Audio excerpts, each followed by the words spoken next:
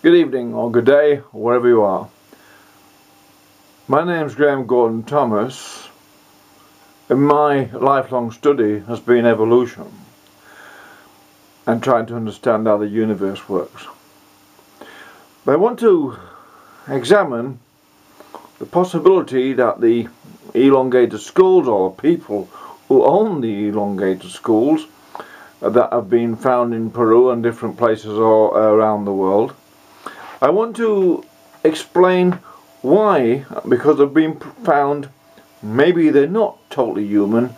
I want to explain why they may not be, so people understand that evolution is a cosmic thing, and as the cosmos evolves, so does life within the cosmos evolve within the same format. Now, I'm not going to get into the whole text of evolution right now. I'll try to keep that as simple as possible. But I don't mind the idea that the people with the elongated skulls were from Mars. I have had a colony on Mars. I have got no problems with that whatsoever after viewing some of the evidence on what's available on YouTube. How life came to be on Mars and on Earth, and maybe many other places throughout the cosmos, it's quite simple to understand. Many scientists, very good, brilliant, reputable scientists, have said that life could have been seeded on Earth by comets. Now, if that's true, then life can be seeded at any time, anywhere in the universe or the cosmos. There's a planet that its trajectory coincides with the trajectory of a comet that has the required elements or compounds, that amino acids, whatever it is, what create life or initiate life. So you can look at it like this, if you like, and it's that when these comets are like sperm, a massive cosmic seed is in these ice comets, and they crash into planets. And if the planet is fertile, the planet's the egg, the ovary.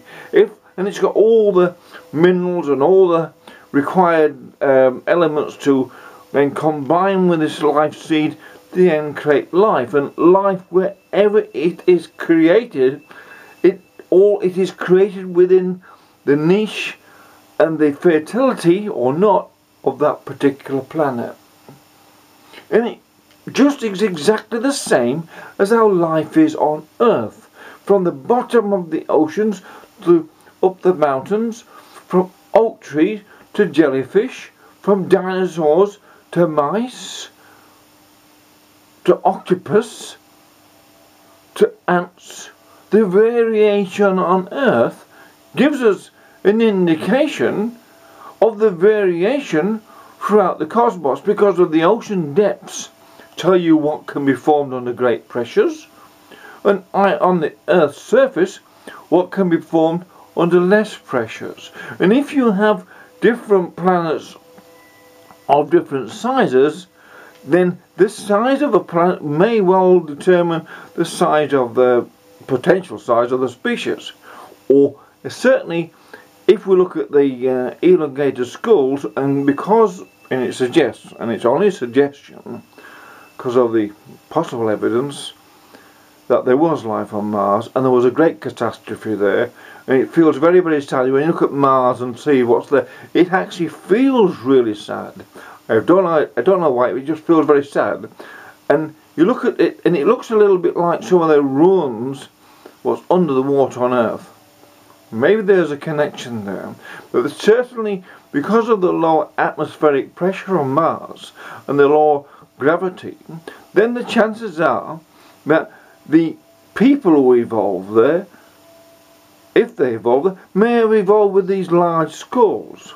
Now, the thing about it is, and this is the thing that I find interesting, is the cosmic seed means there's a coincidental DNA throughout the cosmos, which I suggest all life, although it varies, it creates a massive amount of variety on Earth, and therefore throughout the cosmos must be an amazing journey with Doctor Who, if you like. Nonetheless, in the principle of life, the chances are that may be intrinsic. The intrinsic principle may be common to all life on throughout the cosmos. There's just a time differential between when it was seeded on the planet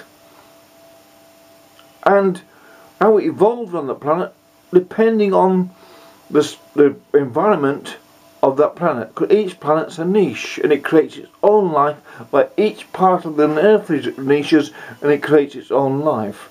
So it's a sort of, and people say they don't believe in evolution. Well, put it this way: without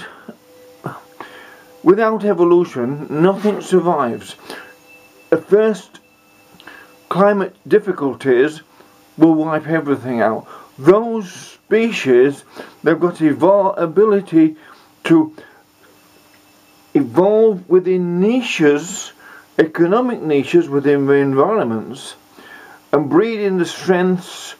There's an intrinsic intelligence within the DNA that then allows, with instinct, to then reformat the information that's within the species to over 4 generations to then be more suitable to survive within the new paradigm.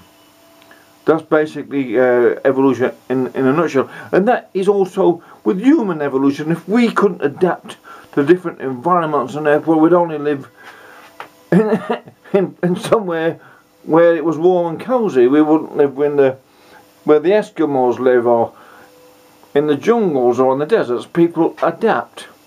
And they adapt different mentalities, and they gain a different mentality. And the different mentality is locked within their DNA. It's not just as simple the way they look, physical look. But that's a philosophical matter.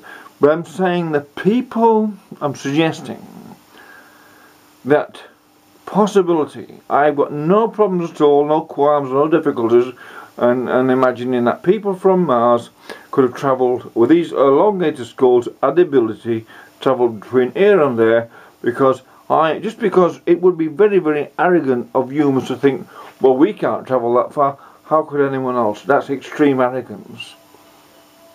That's extreme arrogance. That's a religious arrogance, if you like. That's a pre-Galilean attitude to what the potential may be. And if you can't ask questions and imagine yourself travelling through space, well, maybe you're living still in a religious idea that you're stuck in some sort of paradigm. And I don't believe humans are. I think we're destined to evolve our technology so we can fly to the stars and fly to Mars. Because it's only a matter of understanding the physics.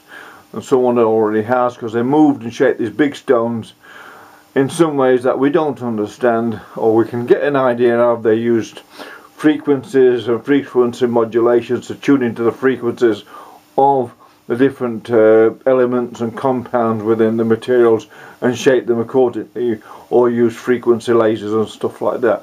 But that's only another view of that. And so these people are technically advanced. Well, that's just a suggestion. If they're so technically advanced because they had these huge brains, obviously their thinking capacities might be a tad beyond ours, and therefore I can imagine now they could use the various machines, magnetic fields and that to fly between here and Mars without needing the fuel. But that's just a little bit of an idea why I've got no problems and never had a problem of the fact of being maybe aliens. As I said, it would be rather arrogant to think we were the only ones and we were the smartest thing in the universe. And it's a rather strange attitude, isn't it? Maybe cats think they're smarter than us. I've a couple here that think that they're smarter than me and they've got me well trained. So it all depends on your view and what the smartest animal in the world is in this moment. It looks cats-like. If you look on the videos, cats have got it all over the humans. Humans act like monkeys. Cats act like civilized trainers of humans. But there you are. That's just a different take on why the elongated skulls, or the people who had them, after all, may answer the question, not is there life on Mars, but was there life on Mars? Was there? Or is there still? We may know, we may never be told. No one wants to break the whole religion has, it's frightening, but you know, the cosmic seed, what's it mean? Translate that how you like. That's up to the individual what they believe in. Myself, I've got an open mind, and that's the simplest way to be. Thank you. This is Graham Gordon Thomas, hoping that arouses some speculation amongst other people.